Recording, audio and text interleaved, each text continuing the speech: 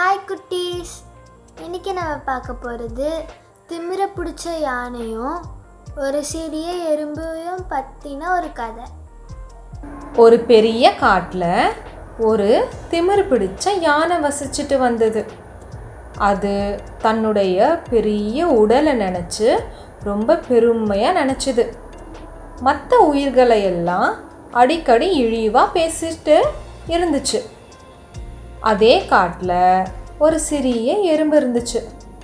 எறும்பு தினமும் கடினமாக உழைக்கும், தன்னோட வேலையை பார்த்துக்கிட்டே இருக்கும்.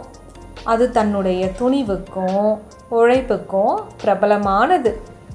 ஒரு நாள் எறும்பு தன்னுடைய உணவை எடுத்துட்டு போயிட்டு இருந்துச்சு. அப்போது வழியில் யானையை பார்த்துச்சு. யானை அதை பார்த்த உடனே சிரிச்சுது. ஏ குட்டி எறும்பே, உன்னை காத்தே தூக்கிட்டு போயிடும். எவ்வளோ தைரியம் இருந்தா ஏன் முன்னாடி வருவ நீ? எறும்பு அமைதியாக பதில் சொல்லுச்சு.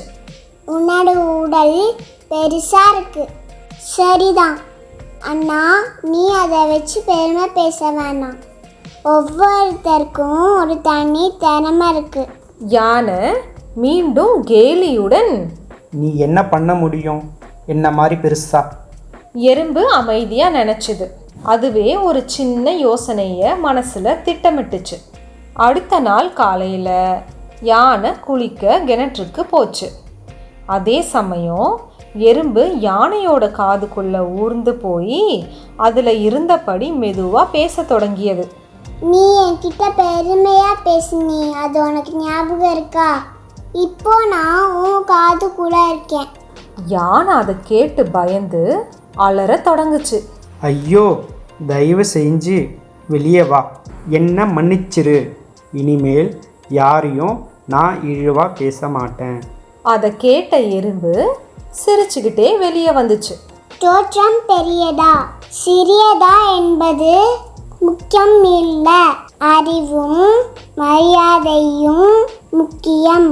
யாரையும் தவறாக மதிப்பீடு செய்யக்கூடாது. பெருமை பேசாம பணிவோட நடந்துக்கோ. இந்த கதை உங்களுக்கு பிடிச்சிருக்கோன்னு நான் நம்புகிறேன். பிடிச்சிருந்துன்னா லைக் பண்ணுங்கள், ஷேர் பண்ணுங்கள், சப்ஸ்கிரைப் பண்ணுங்கள். அப்போ தான் நான் போடுற அடுத்தடுத்த வீடியோ உங்களுக்கு வந்து சேரும்.